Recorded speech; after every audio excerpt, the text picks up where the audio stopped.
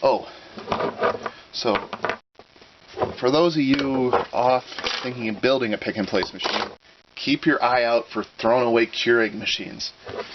There is tons of useful parts for pick-and-place machines in them. So just about every Keurig I've taken apart has one or two of these little valves in it. These are just little air valves. The way they work, they're spring-loaded plungers, so they cut airflow off in both directions.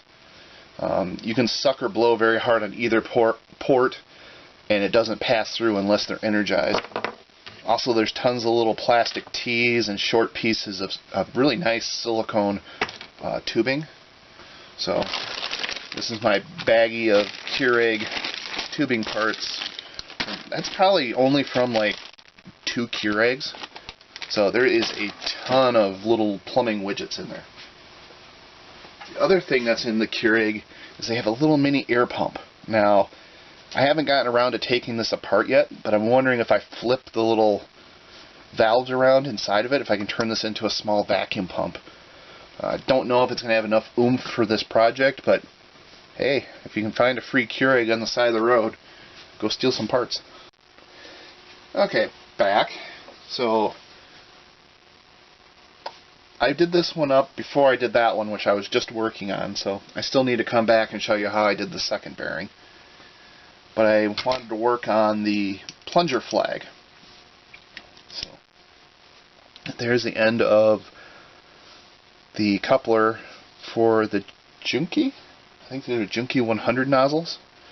It's the common nozzle that's relatively cheap. I mean, I think these are still like 20 bucks each. 10 to 20 bucks each, so not cheap, but very common nozzles used. There's that little plunger popping out there. So I got some brass tubing.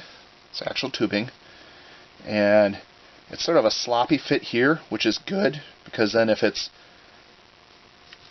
misaligned in here a little bit, it tends to go in the hole still, and that's all we really need. Inside diameter is roughly the same size as the inside diameter of these nozzles, especially when you get down to the tip, because they always neck it down. In the stepper motor bore, this is the biggest tubing I could find that commonly around here that would fit through the bore and not bind. Also, if you look at the amount of slop at a reasonable stick out, it's fairly negligible. It's still less than what the diameter of that hole is. So that will help with all of the alignment issues. So the first thing I have to do is I have to figure out my overall length. So I'm going to put my nozzle in, make sure it's good and locked. I'm going to take the end of this. I already cut one piece off, so I'm going to quick clean the burr off.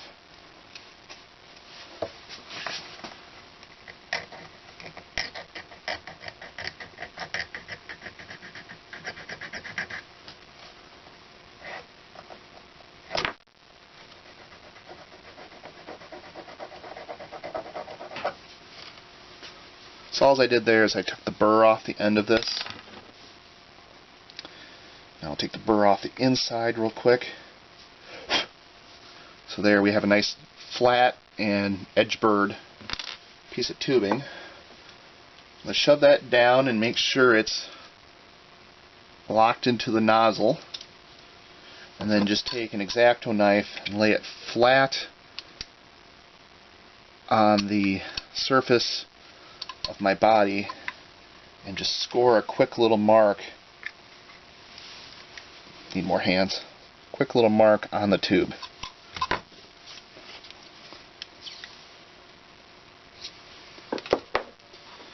So right there is my mark to make this tube this length.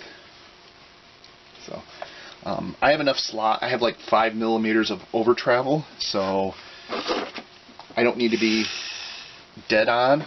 The travel of this is like 4.5 millimeters. 4.5 to 4.75, I think, is what I measured on my selection of heads. I have 5 millimeters of over travel, so even this is slightly long, it should be okay. I'm just going to find my mark, and I'm going to cut slightly long.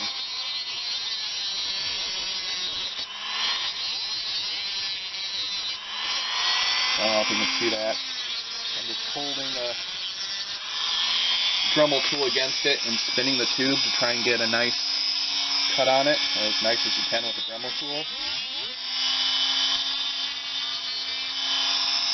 Now I'm just trying to take the burrs off.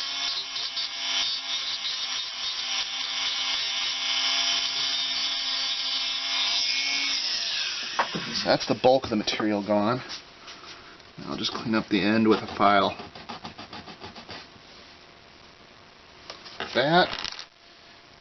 Deburr the inside, just like that. So this drill bit is basically the same diameter as the outside of this pipe, and it's just really good for deburring the inside of tubes. So now if I check it again, now you can really see when I depress the tip how that tube moves pretty freely inside that whole assembly, and we're flush with the top of the assembly.